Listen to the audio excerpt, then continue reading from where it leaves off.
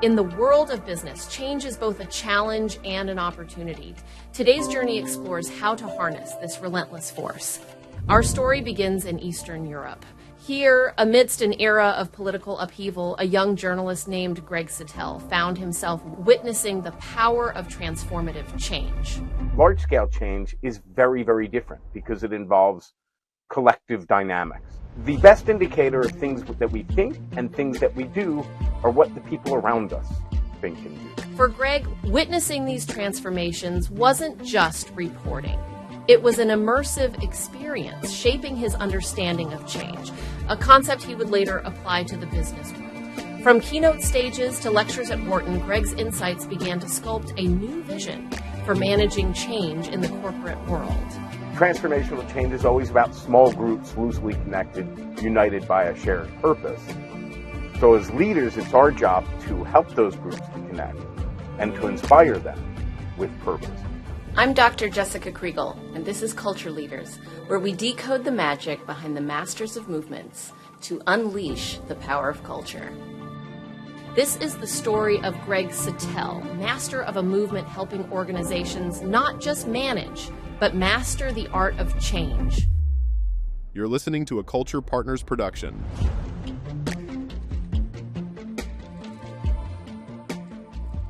Greg, I am so excited to have you today, and I'm going to start with the question I always start with, which is, what is your why?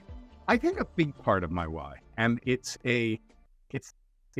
difficult to ask for your entire life, but I think one of the big whys for me, and one of the things I've devoted a lot of time to over the last 2 decades, is that I had an experience where I was running a major news organization. I was actually running a media company, but our big business was news during the Orange Revolution in Ukraine. And that was a very formative and intense experience. And a lot of what I've done since then is to try and figure out exactly, make sense of that experience and put that knowledge to good use. Okay. And what is your business's why? What's the purpose of your organization? My business's why is very much related to that why, because we help organizations through transformation, specifically in overcoming resistance to change. So that formative experience of going through change as a country that was very, very sudden and extremely disruptive. And at the time, nobody thought it was possible. And seeing that evolve over the last 20 years, where Kyiv specifically, but Ukraine as a whole, has evolved from what was a very, very cynical place to something that's really inspired the world, and helping businesses do that same thing, where they have a challenge or something they see as a problem, and help them turn it into something meaningful and productive, and something that not only works for them, but helps them serve their stakeholders, their customers, their employees, their partners to a much higher level, and to actualize their organization's mission to a level that they often didn't think that they could. Well, that's why I wanted to talk to you. I heard about you first when I was reading the book, How Minds Change, and the author of that book talked about your book. And you tackle, I think, one of the most interesting things in my field, which is culture transformation, which is how to scale transformation. Everyone's out there talking about how to change an individual mindset, or how to change yourself, or how to change your little team. But when you do it at scale, it becomes much more complex and not just complex, but confusing. I mean, it just feels like there's so many moving parts. So can you educate us in really simple language as to how you create transformative change at scale based on what you've learned and what you know? Well, I think one of the points David McRaney made in that book, and it's a wonderful book, and if you want to to learn about persuasion and how to change somebody's mind, that book is very, very good. I just can't recommend it high enough. But I think what he touches on in that last chapter, in which he discusses cascades, is that large scale change is very, very different because it involves collective dynamics.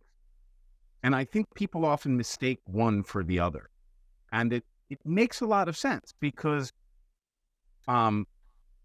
if I'm formulating a message that can persuade you or persuade somebody else, then it seems like that type of persuasive message should work on a much, much broader scale. You just need to deliver that message to a lot more people. And fundamentally, that's not how change works. The best indicator of things that we think and things that we do are what the people around us think and do. And we have decades of research that show us this. And we have research that shows that it works even for behaviors like smoking or eating habits, and out to 3 degrees. So not only our friends and their friends, but the friends of their friends' friends influence what we think and do. I think it's always important to follow the evidence. And the evidence says that you need to approach large-scale change, transformational change, very different than personal change or persuasion. So how, though? If it's not a matter of just saying the same story to more people to create that persuasion in more minds, how do you actually get networks of people to transform? I mean, how does that work? Well, I could write a book about that. Well, I feel like you have. So the first thing is you need to understand that persuasion is a red flag. The minute you have the urge to persuade somebody, you have the wrong people, right? You want to go to where the energy is. One of the first things we sit down with an organization, we tell them, you want to start with the majority. You get to choose who's in that room. So you want to start with people who are enthusiastic about change. Even if it's 3 people in a room of 5, you can always expand the majority out. But once you're in the minority, you're going to get immediate pushback. So that's the first thing, is to start with the majority. We say you always need to identify what the grievance is, right? Change always starts because there are things people don't like and they want them to be different. But you can't just stay mired in grievance. You need to come up with an affirmative vision for tomorrow, a concrete way. You think you want things to be differently, an alternative future state. You need to anticipate resistance. And one of the first exercises we walk people through is what we call a resistance inventory. So 4 different ways, rational ways that people will resist, and what form that resistance will take, and then how you can develop strategies to mitigate that. And also one last category of resistance that's completely irrational, that has to do with identity, dignity, and sense of self. Because anytime we ask people to change what they think or what they do, there's always going to be those who are going to work to undermine us in ways that are dishonest and underhanded and deceptive. And we all know that because we all do it. Human beings form attachments to people, ideas, and other things. And when those are threatened, we tend to lash out in ways that don't reflect our best selves. And anybody who's ever been in a relationship in or in a family knows that, and knows that we all have that tendency. So I'll stop there before I know that's a lot in sort of one breath. So let's stop there and maybe retread it. Well, what about the positive aspects of resistance to change in change management, because I've always heard that when you have people who are resistant to change, they may be uncovering red flags or errors in judgment of those who are leading change that can allow you to adjust the change plan to be more successful. So there can be a lot of positivity in resistance to change. Do you see that in your research, or do you make room for that in this model? Yeah, that's absolutely true. And there's different people who take different forms of resistance. So, and one of the strategies we suggest for dealing with resistance is what we call an internal red team. So, Jessica, if I think that you're skeptical, I say, well, that's great that you're skeptical. You make sure to keep us honest, right? So you turn that resistance into something productive.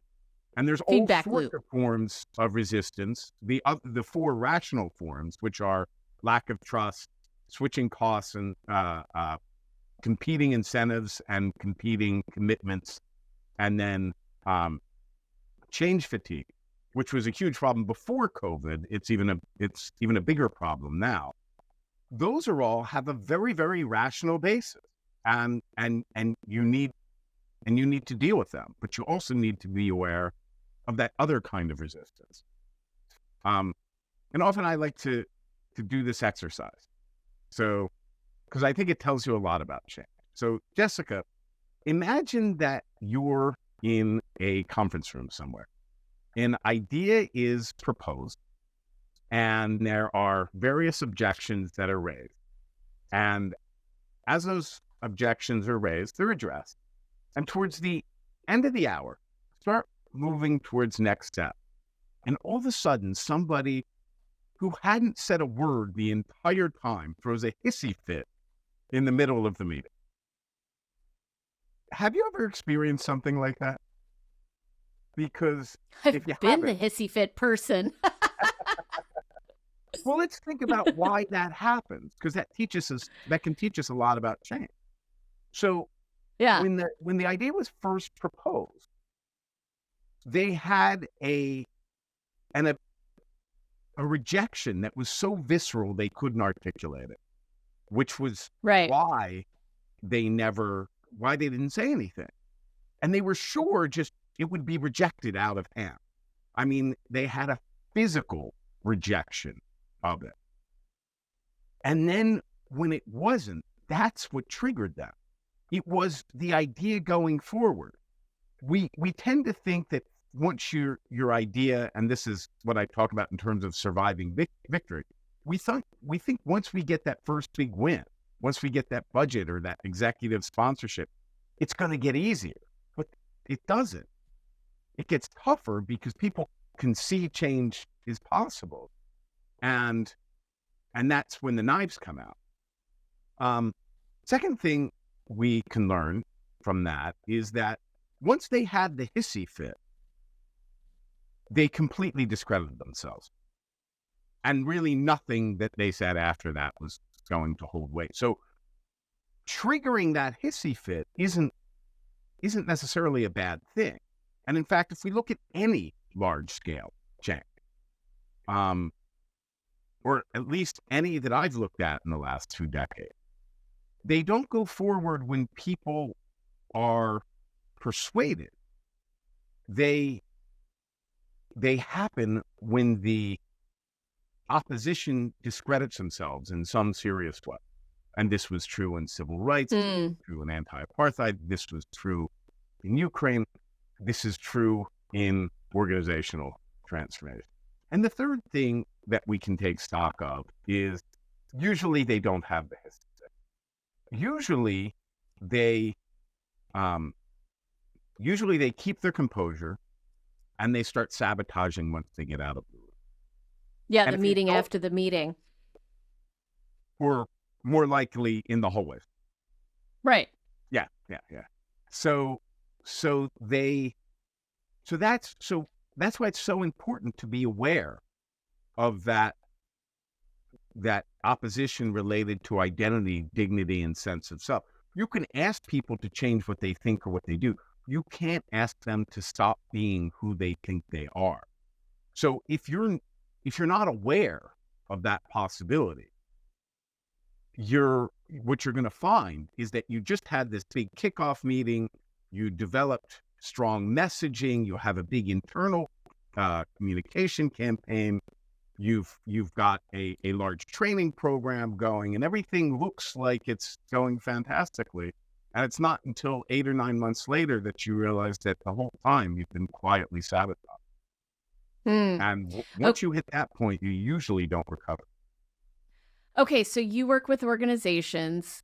A lot of the listeners are CEOs that are interested in transformational change within their organizations. If you could simplify it into 3 to 4, 5 bullets on here's how you create transformational change for dummies, what are those bullet points on where to start, what to do next, and how to wrap it up? Well, I would say it all falls under the blanket of follow the evidence. And we know from decades of research, hundreds of studies, and I know how much you value evidence-based cases. We know 4 things. The first is that change always comes from outside, right? Or else it would be the status quo, not change, and incurs resistance. So anticipate and build a strategy to overcome resistance. Number 2, there is something called a cap gap, which, again, decades of studies, we know this from, that shifts in knowledge and attitudes don't necessarily result in a shift in practice.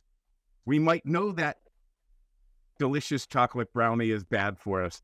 It doesn't mean we're not going to eat it.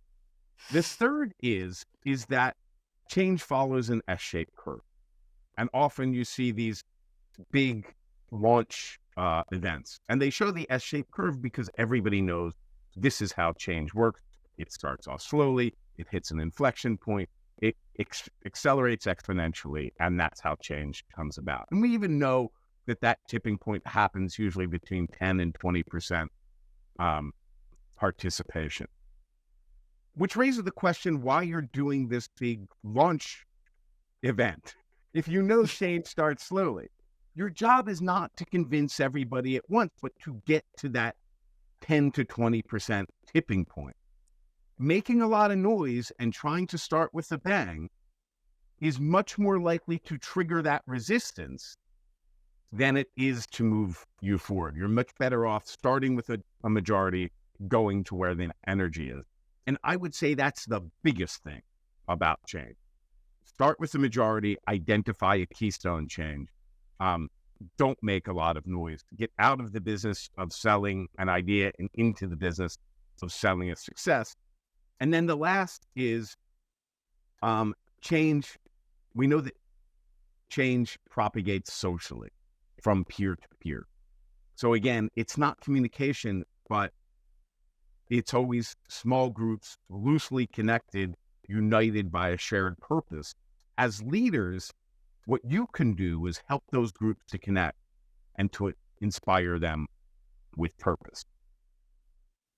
So let's talk about group identity, because this is starting to seep into the conversation in a material way. And I think there's something super interesting here about the psychological identity that we develop through the groups to which we belong.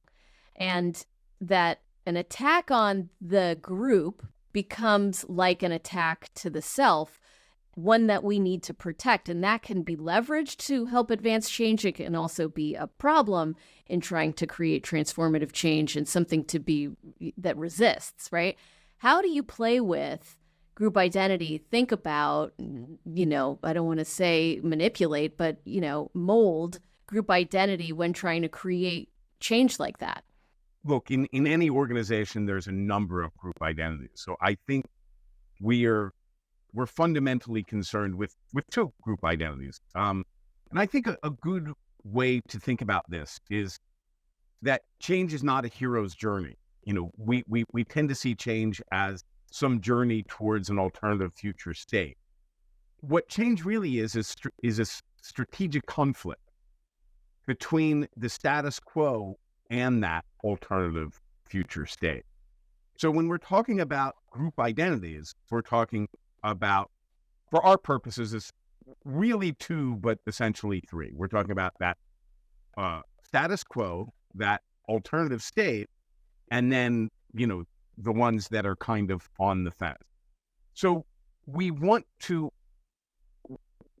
create that initial group identity, starting with the majority, with the people who favor that alternative future state, without triggering the group identity of the traditionalists who see themselves, who identify with the status quo.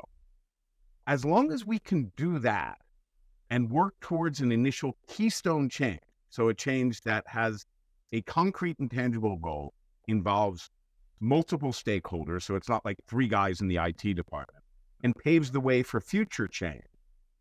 And we can start, if we can achieve that and start building a track record of success, we can attract enough to get to that 10 to 20% tipping point. Yeah. And then we can start shifting to trailing, to scaling strategies. And this gets into leveraging sources of power, mobilizing constituencies to influence institutions, and all the scaling strategies we talk about in the book. Weaving a network. One of my favorites is a co-optable resource, which a great example is TED Talk, where if you think about it, there's 14,000 TEDx events every year, something like this. So you have literally tens of thousands of people, devoting who knows how many man hours, millions of dollars worth of man hours easily, all to promote the TED conference. But they're not doing it for the TED conference. They're doing it for their own reason. Anytime you can give people a resource that they can adopt for their own reasons, that drives your change forward, it's a fantastic way to scale change. So can you tell us a story of an organization you worked with in creating transformation? I mean, I would love to hear a culture story, a culture transformation story, but really any kind of broad scale transformation within a company, and just step by step how you did it, what you coached the CEO to do, and then what, and how you created these networks, and how you identified the majority, how you decided upon the keystone change, how you then amplified. I'd just love to kind of get concrete about it. Okay, this is a company I can't name, but it's a large it's a large consumer goods company, and I think the first thing is you can't expect change to come out of the C-suite. I remember when I was a leader, when I was a CEO, I certainly wouldn't want to depend on my ideas, right? There's always ideas bubbling up, and that's great because they have built-in champions. And there was this one very much a middle manager. I think he was 35 years old at the time. And he had developed this process to solve this problem that was long-standing, and a big award because he had this success. And he asked the CIO, well, I'd love to do this for the entire company.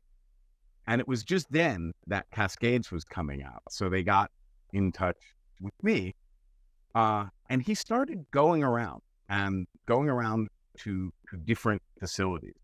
And they started off with the keystone change, which were just to develop a portfolio of strategy. And he started building allies at different facilities. And it was 2 allies to start a program at that facility. And it really started off just on internal, like, Slack groups.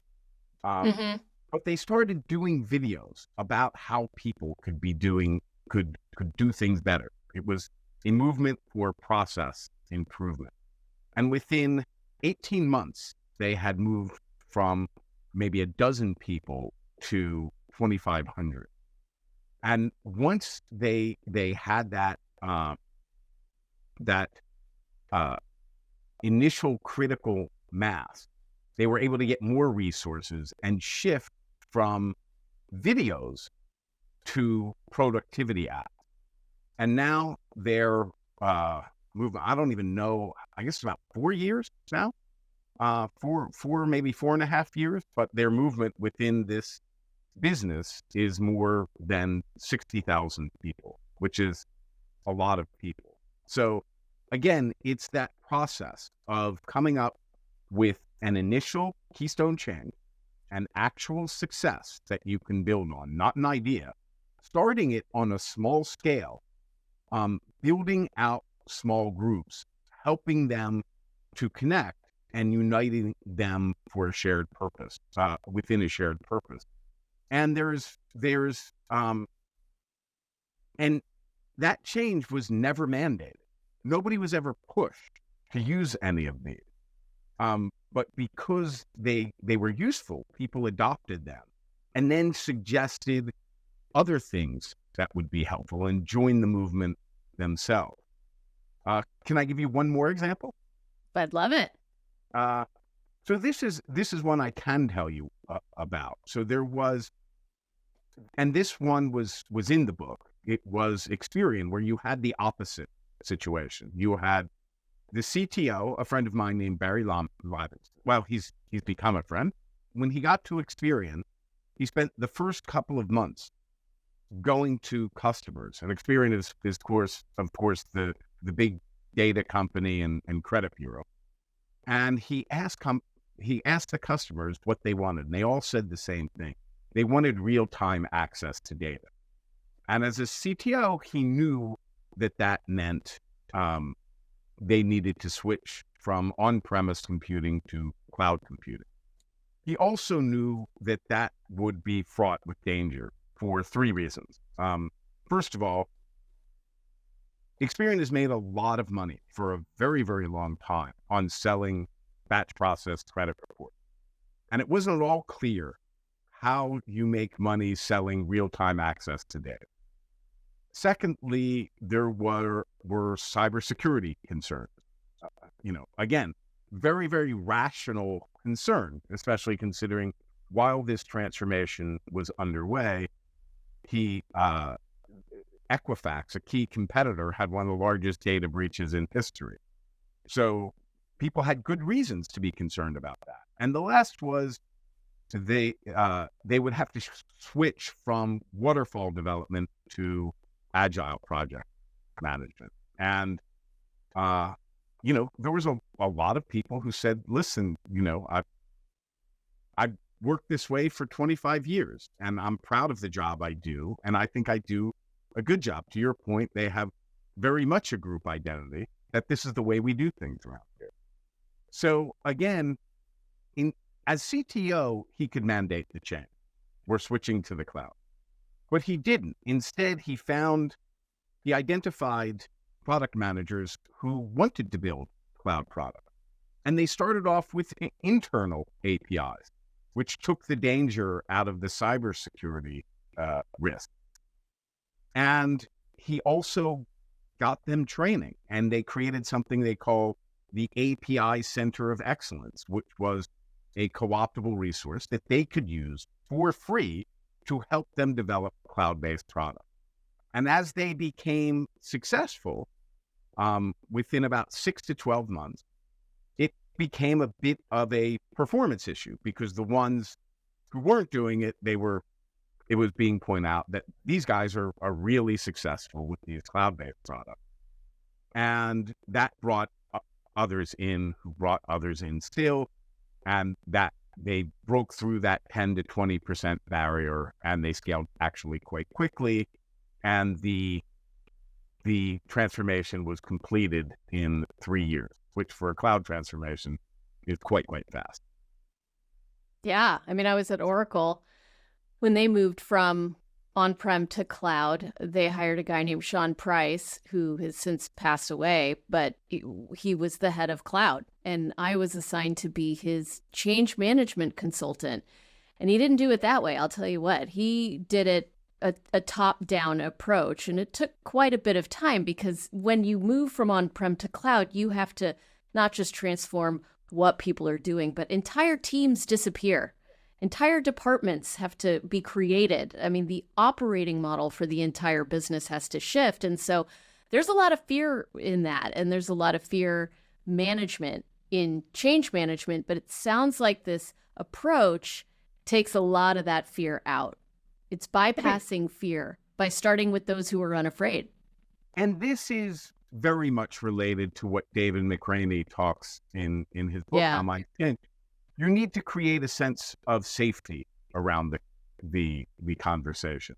And when you say we're going to be completely changing our technology, completely changing the way things work, and trust me, it's going to be very, very painful, but it's all going to work out in the end. Again, when we go through, I think I mentioned we do a change, a resistance inventory. You start going through those things on a cloud transformation. Lack of trust? Oh boy. Yeah, definitely. Switching costs? Change fatigue in every organization. And then competing incentives? Yeah, for sure. You know, if I can't get my project done now because you want something bigger somewhere down the road, and not to mention, resistance related to identity, dignity, and sense of self, it becomes very, very difficult. Whereas if you start with the majority, you start with people who are enthusiastic about the change, and you help make them successful, then you can get out of the business of selling this idea and into the business of selling an initial success. And that's much, much easier to get to that initial tipping point of 10 to 20%. That's really interesting. Let's dig in on that. You just said that when you take this approach, you're essentially getting out of the business of selling an idea and into the business, if I can rephrase what you said, into the business of sharing a success. You're just talking about what we've done here in a positive way and allowing people to rejoice in that, right? And that's one of the differences I see in the people that we interview, who are all masters of movements in some way. There are some that are masters of movements because they're really great at selling an idea. And then there are others who are sharing a success. And people follow because they are excited about the success that they've seen, you know, and there's a difference, it feels like, from my perspective, in authenticity of those two things. Even if the idea that's being sold is really great. Did you see anything in your research around authenticity or the way that people perceive that? Well, remember that ideas about change propagate socially. They're not propagated through communication. They're not propagated through wordsmithing or the right slogan or the right medium. They're propagated because of what people around them see. And they've seen this with this one famous one of the spread of air conditioners in the 1940s or 50s or whatever it is.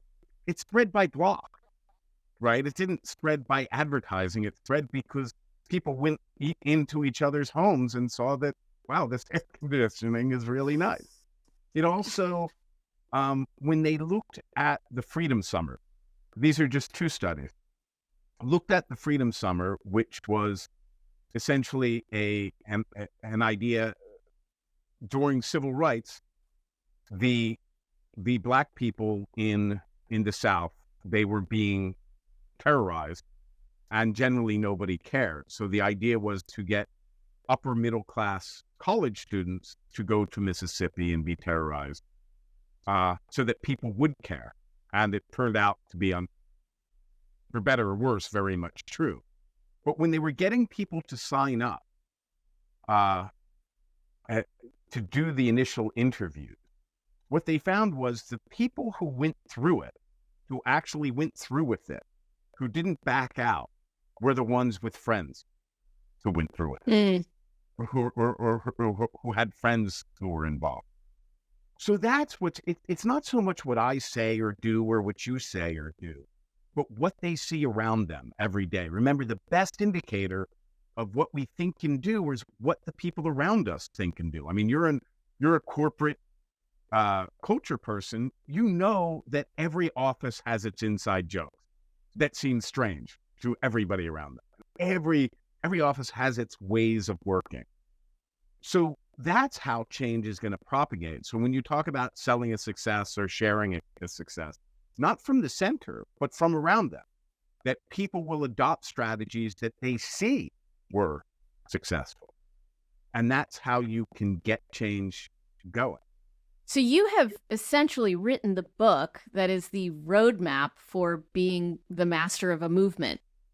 Okay, so let's say you could use your superpower to transform anything in this world. I mean, what do you think is the movement that we need at this time, right now?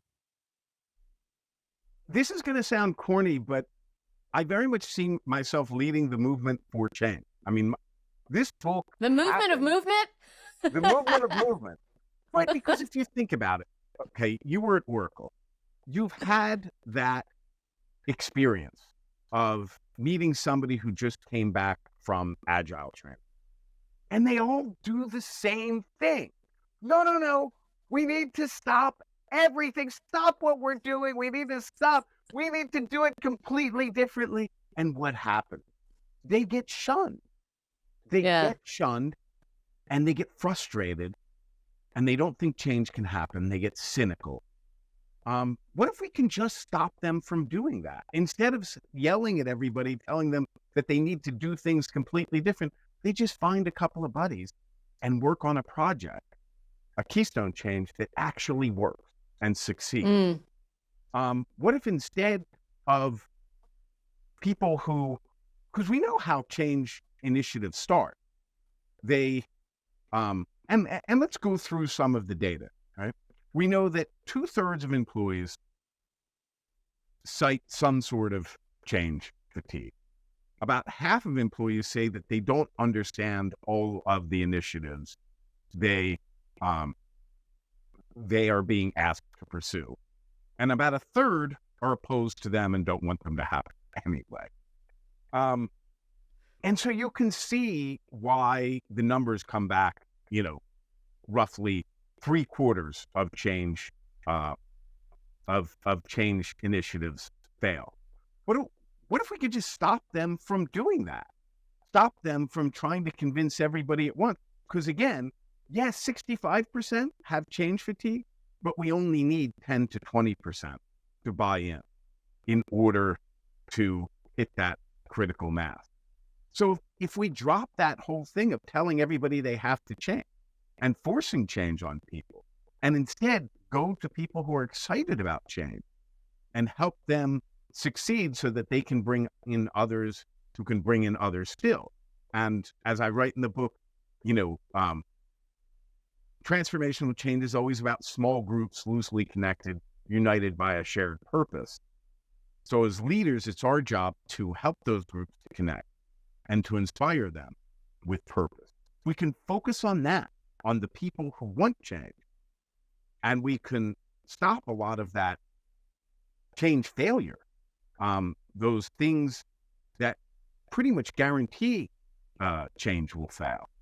We can do an enormous amount of good. I just look at my friend Sergej Popovich, who I learned a lot of these things from, who has created the color revolutions and has trained activists all throughout the world and has had success like nobody has ever seen. Really repeatable success for political and social change.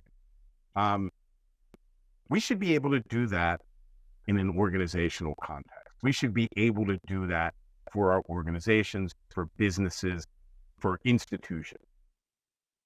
So I want to ask you one quick question, then we'll go to the callers. But I could see resistance to your idea coming from the idea of needing to move with pace.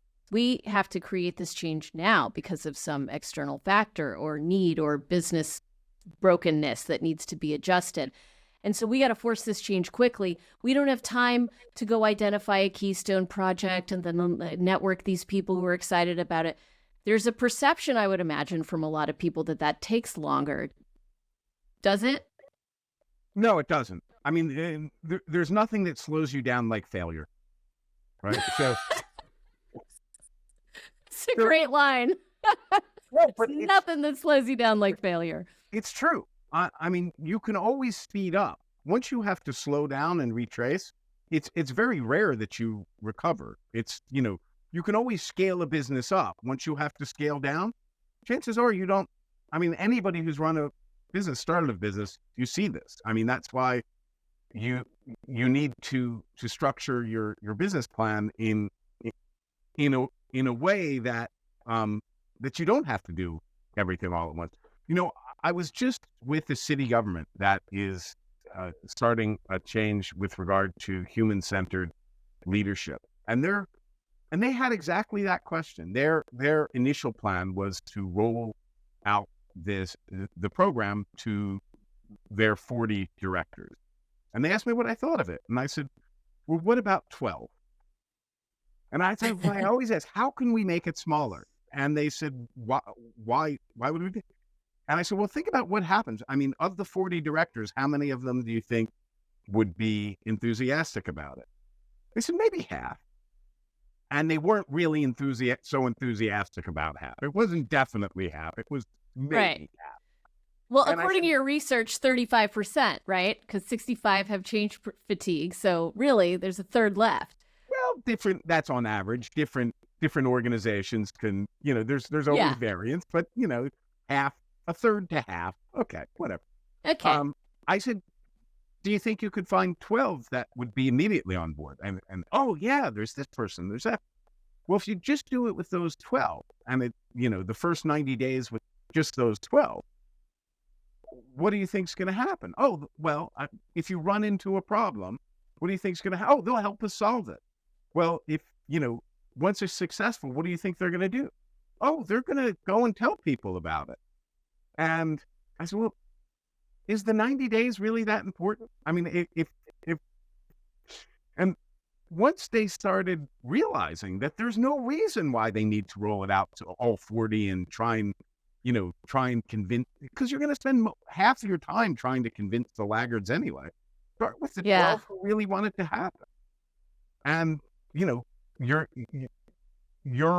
going to go from success to success. If you start with the 40 and you run into a glitch and you got a dozen of them, which is actually quite likely, start poo-pooing it and say, I knew this wasn't going to work. And that's what slows you down. So when you say start with the majority, you mean start with the people who are super enthusiastic, even if there's less of them. Yes. So you get to choose who's in that room. They don't have to be, it doesn't have to be unanimous. But we know, I'm sure you're familiar with the Ash experiment. We know that people conform to majority opinions, even if they're obviously wrong, actually. So if it's, if it's a good idea, and if you can't, if you can't find anybody who's enthusiastic, then you need to start rethinking your change. But start over.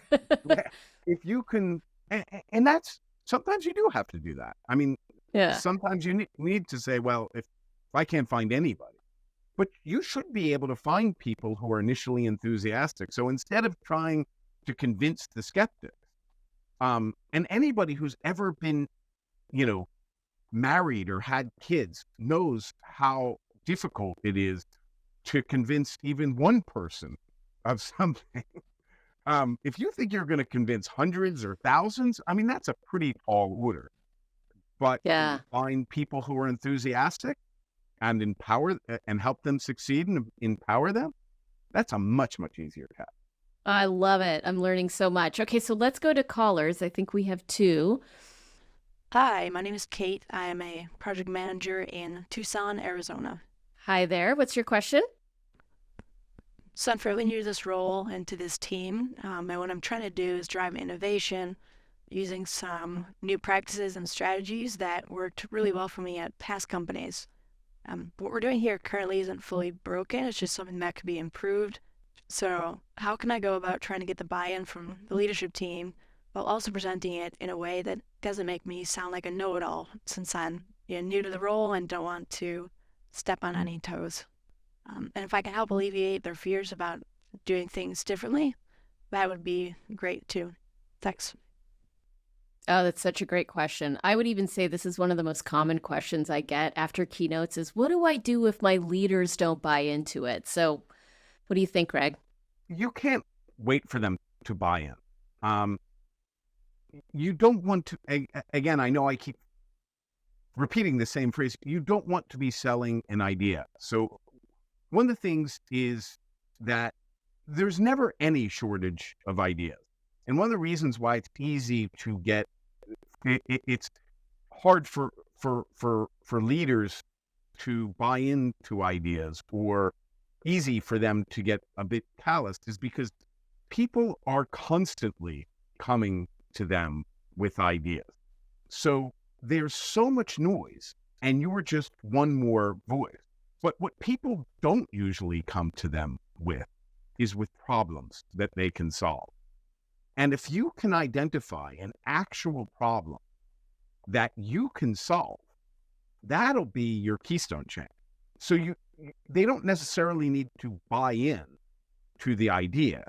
If they can accept that there's a problem and give you permission to solve it, that's enough for you to move forward.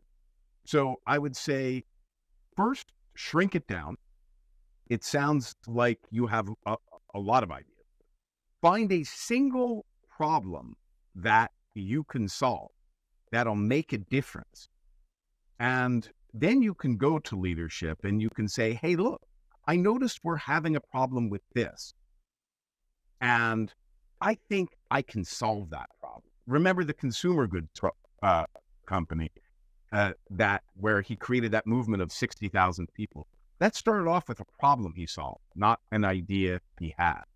And once you solve that problem, that gives you your initial success that will give you at least some credit and traction to say, hey, I think we can actually even make a greater impact.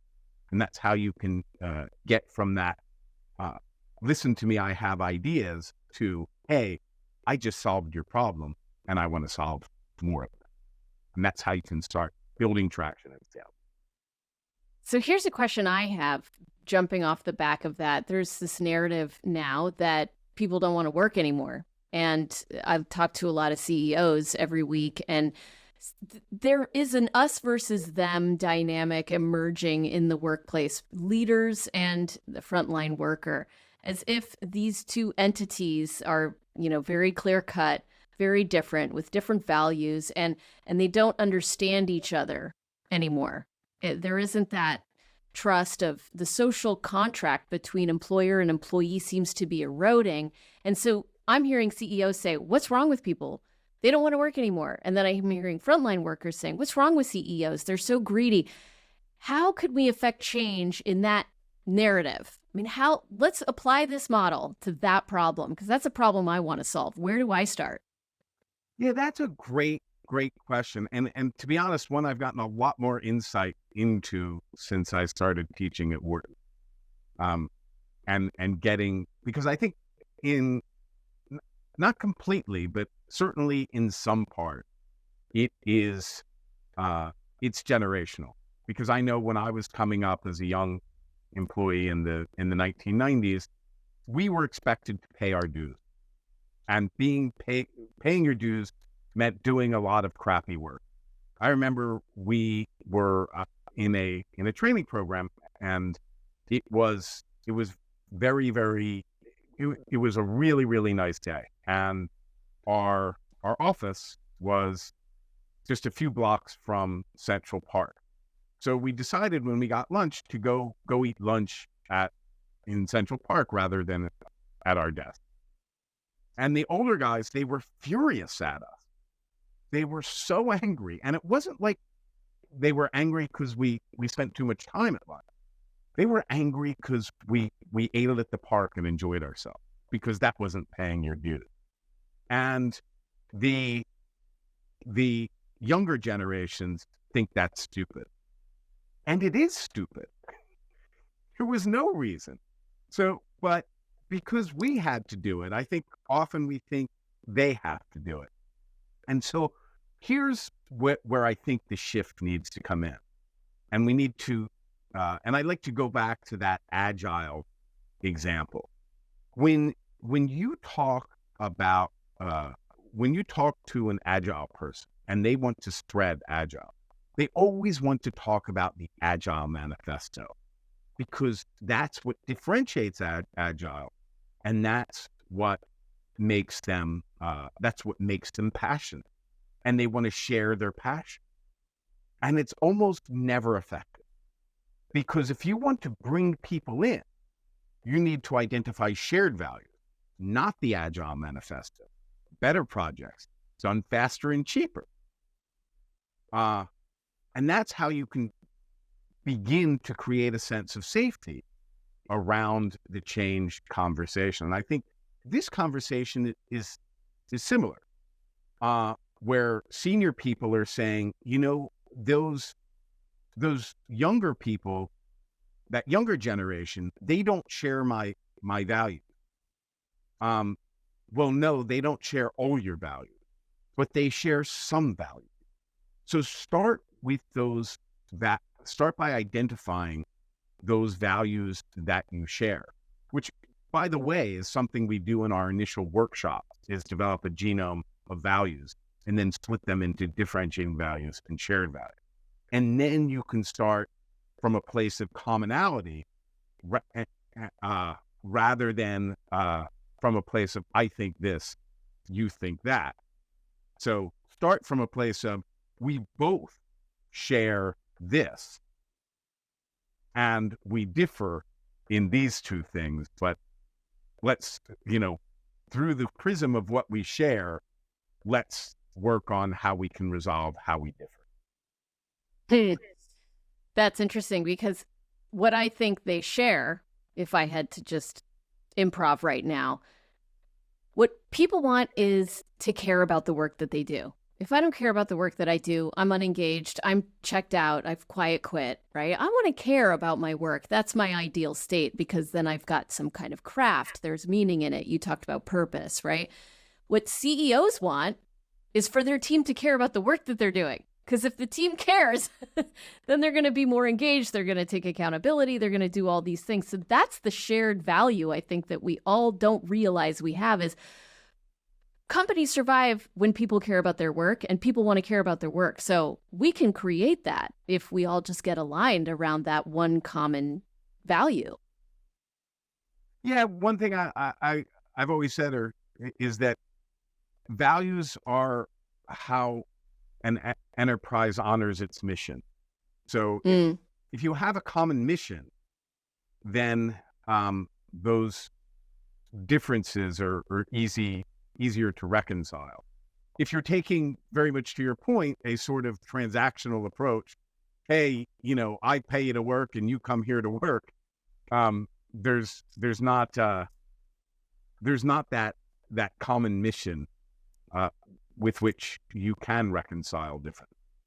But how do you, okay, so let's go a little bit deeper. This anti-work movement is gaining steam, and you're seeing it in the form of increased unionization. You're seeing quit talking online. You see, this younger generation is anti-capitalist and is getting louder and louder.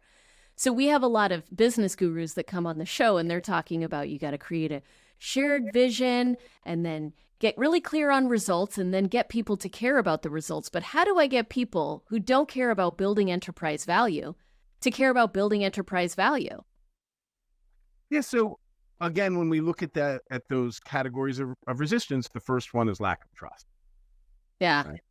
And if you look at what capitalism is, if you look at the founding documents of capitalism, the first capitalists, Adam Smith and David Ricardo, they warned us about regulatory capture and rent seeking Um, and so it's not capitalism's fault. Capitalism didn't do this to us. We did this to us. And I think if you're going to be trusted, you have to be trustworthy. And when you're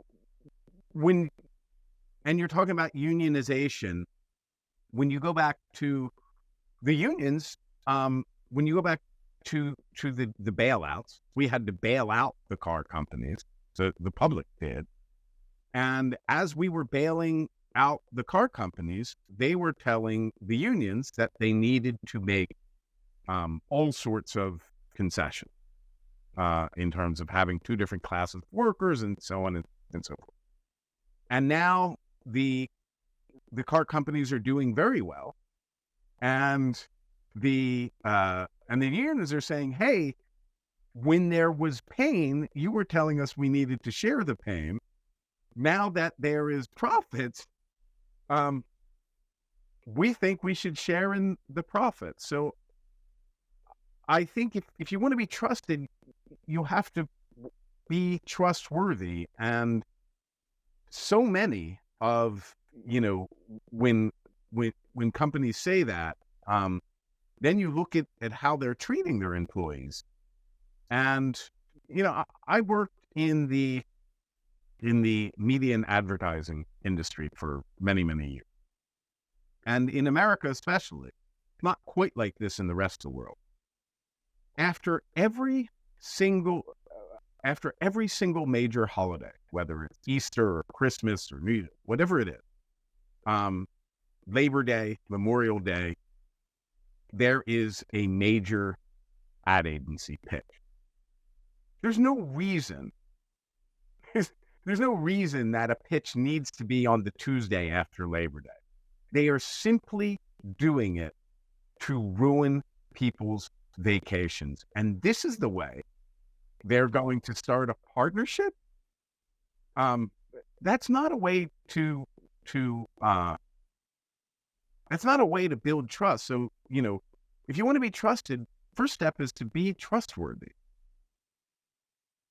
Yeah, but there's so many that are winning without being trustworthy and that are taking advantage of employees, right? So what is the incentive for CEOs to do it differently if they don't need to? I'm not sure, it does end up costing them because they're complaining about all of these things.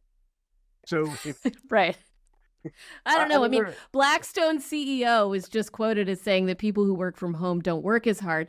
I'm like Googling Blackstone. Turns out his company, Blackstone, is a global leader in real estate investment, and he's trying to get people back in the office because that's how the company makes money. I mean, he may be complaining about these things, but he's sitting pretty, despite the fact that he may have some talent issues at the organizational level, right?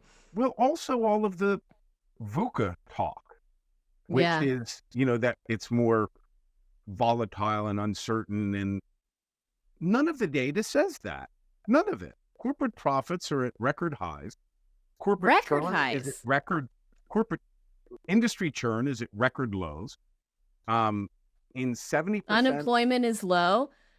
In 70% of, in 75% of industries, concentration has increased, meaning there's less volatility.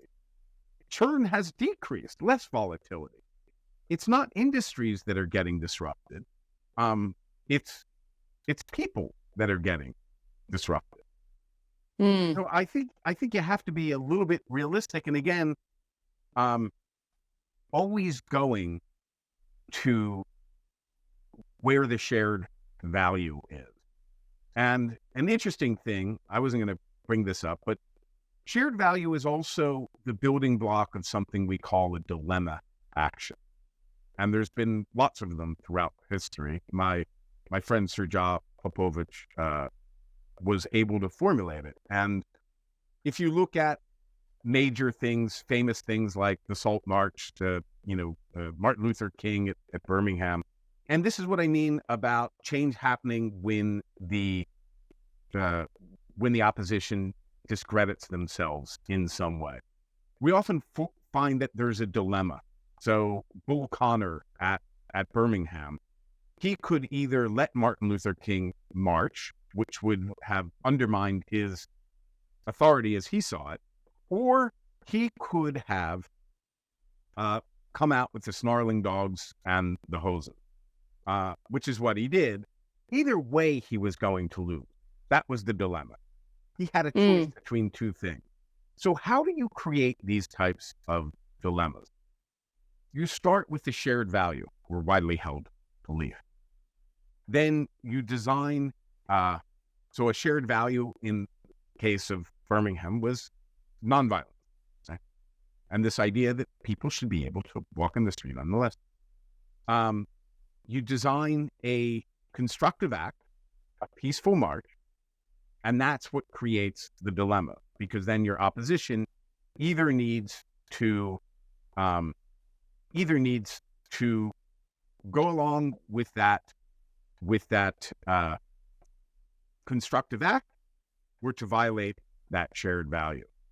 So I think once you go through this process, you say, okay, shared value, start from a place of shared value. We have a common mission. And you design a constructive act that will, that if disrupted, will violate that shared value. If you can't do that, if you can't think of a constructive act, you need to question your commitment. Are you really committed to the shared value, or is it just lip service? And one of the things we do when we do the genome of values exercise with organizations, we ask them, what are your values? And now what do they cost you? Because if you're not incurring costs and constraints, you can say you value the customer, but what's it cost you? Because if you can't think what it costs you, that's not a value. That's a platitude. You can say you value excellence, but if you can't define how it's constraining you or what it's costing you, my favorite example of this is Lou Gerstner at IBM. And I've interviewed dozens of top executives from IBM in that period. But he said, we're going to get back to valuing the customer. And we're going to forego revenue on every sale to do it. And everybody I've interviewed from those times, they tell me, they all agree with these two statements. Without that commitment, IBM would not still be in business today. And it was the fact that he was willing to forego revenue on every sale that made people believe it. Because if not, people would have just thought it was talk. Greg, you may have just made me a believer again. I have been talking for the last year about corporate values being of absolute no use because they're all platitudes. And when you place it in that context that it has to cost you something, now it becomes movement making. Yeah. So I'm reevaluating my entire life thinking right now about corporate values. Well, also, if you think of the major social and political movement, if the ones who are able to constrain themselves with values, they're the ones that succeed. The ones that don't, they eventually, and they're explicit about their values. The example I give in the book is Nelson Mandela and anti-apartheid and Freedom Charter, where people question him all the time. And they called him all sorts of things. They said he was a extremist and a communist and all sorts of things. And he said, nobody has to guess what I believe because it was written down in 1955. We had a Congress of the People. There were 300 organizations. We wrote it down and we lived by it, and that's what I've been fighting for. So many movements today. My favorite one to point to is Occupy, but others as well that we could name, but we're not going to. They've capitalized on moments. They've attracted big crowds. And again, there's reasons why you don't want to start with a march or a large launch event. But they've been foiled either because people within the movement Corruption.